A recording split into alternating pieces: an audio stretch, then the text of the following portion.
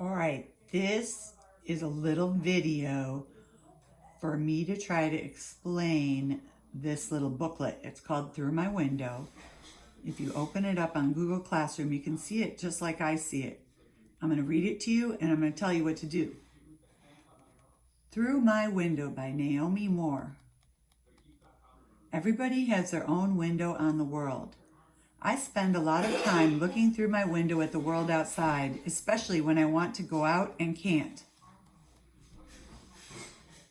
It is a very familiar view. I can't remember not seeing it, but I don't always see it the same. Sometimes when things change in the world, it changes the way you see things.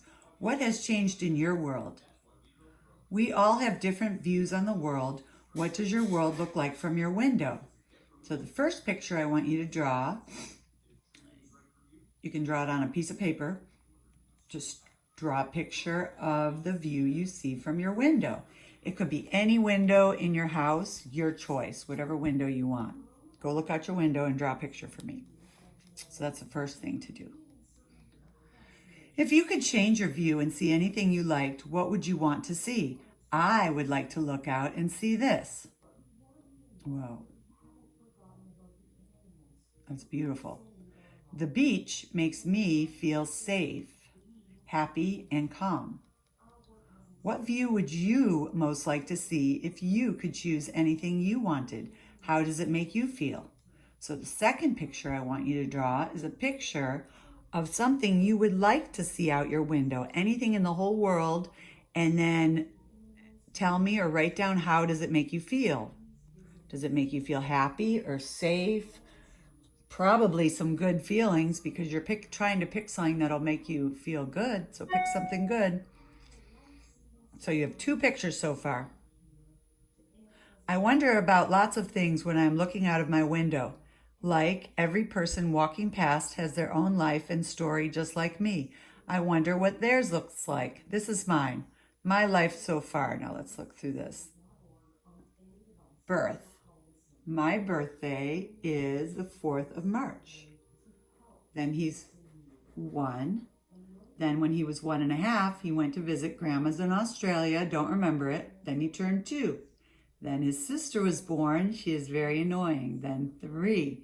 I started ballet. Then quit ballet. Then he turns 4. Started school. Then it says when we got my dog. Then he turned 5. Then his granddad died. Then 6th birthday, then mom and dad got divorced here.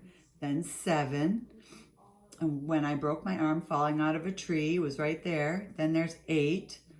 I was the main part in the school play right before 8, and that's now. So you can see this child is, how old are they? They're 8 and like 8.5.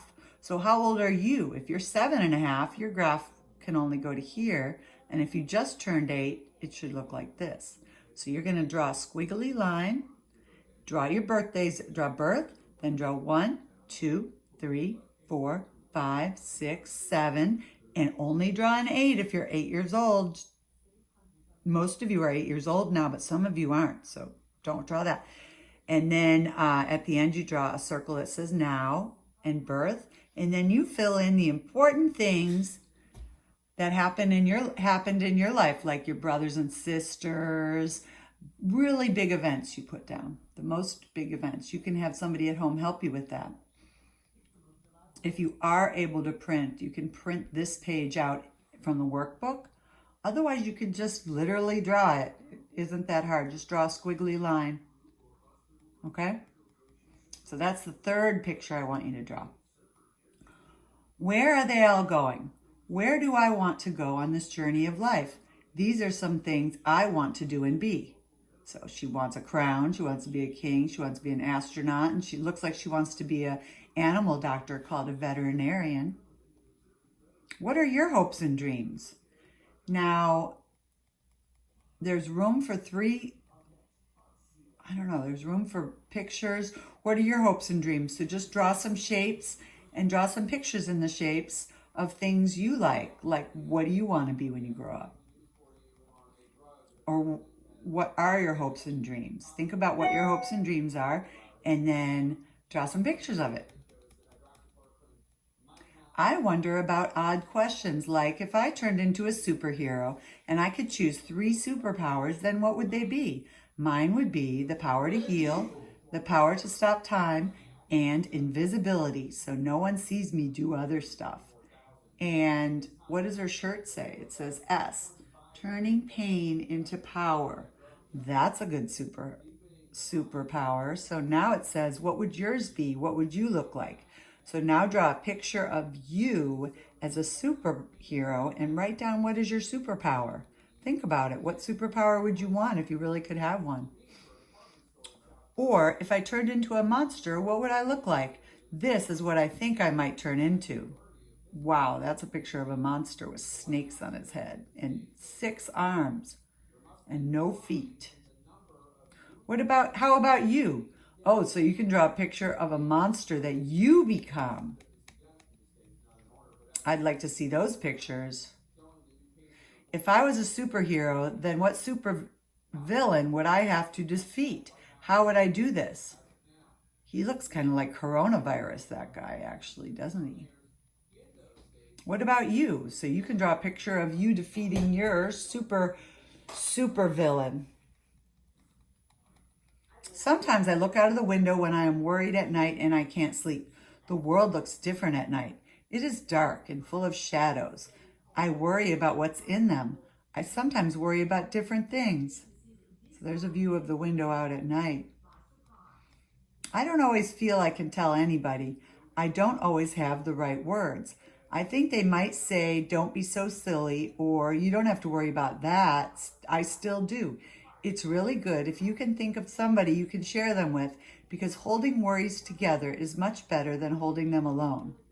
Look, she has her friend helping her hold her worries. Do you ever worry about things?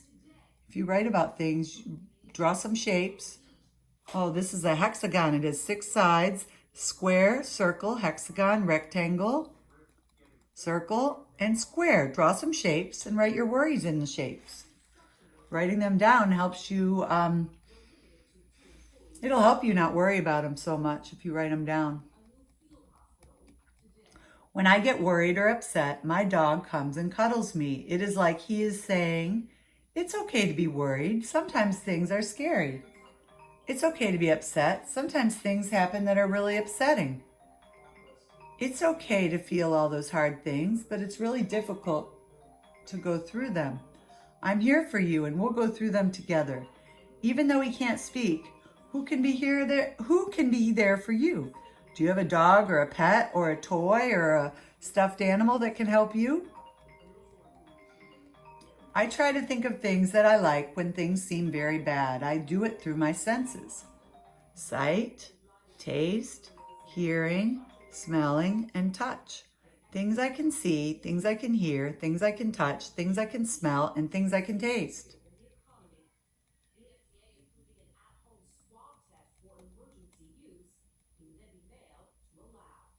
It is 1 o'clock already. I got to answer that call in a minute, but we'll finish.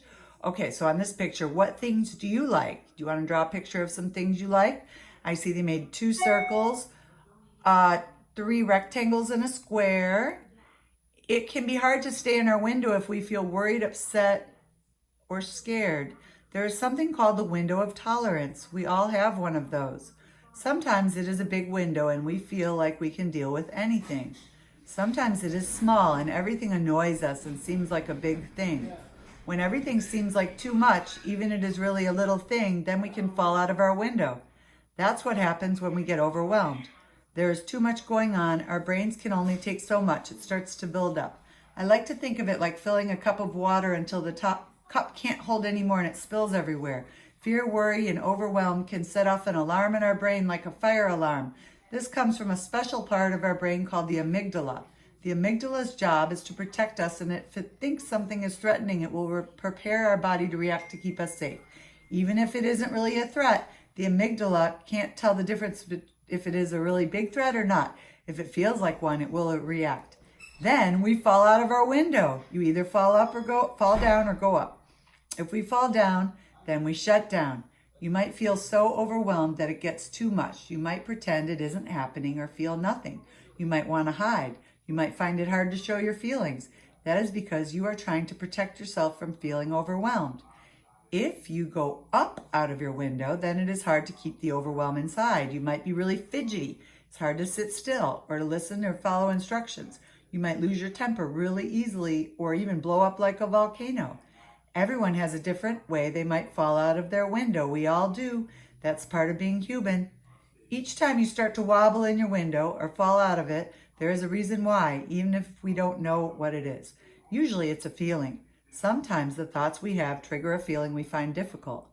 Last time I fell out of my window, I refused to do some of my homework.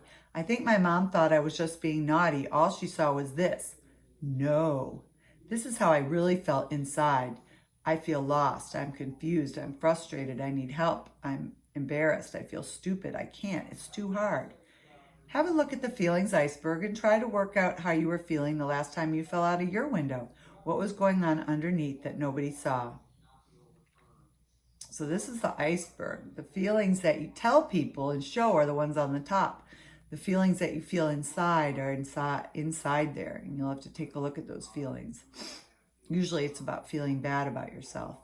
Even grown-ups are always falling out of their window of tolerance.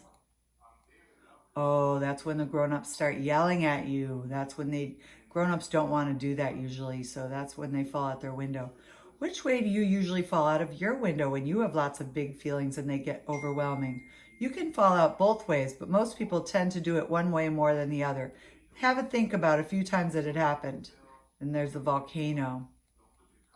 Oh, so it's a volcano on the top if you explode.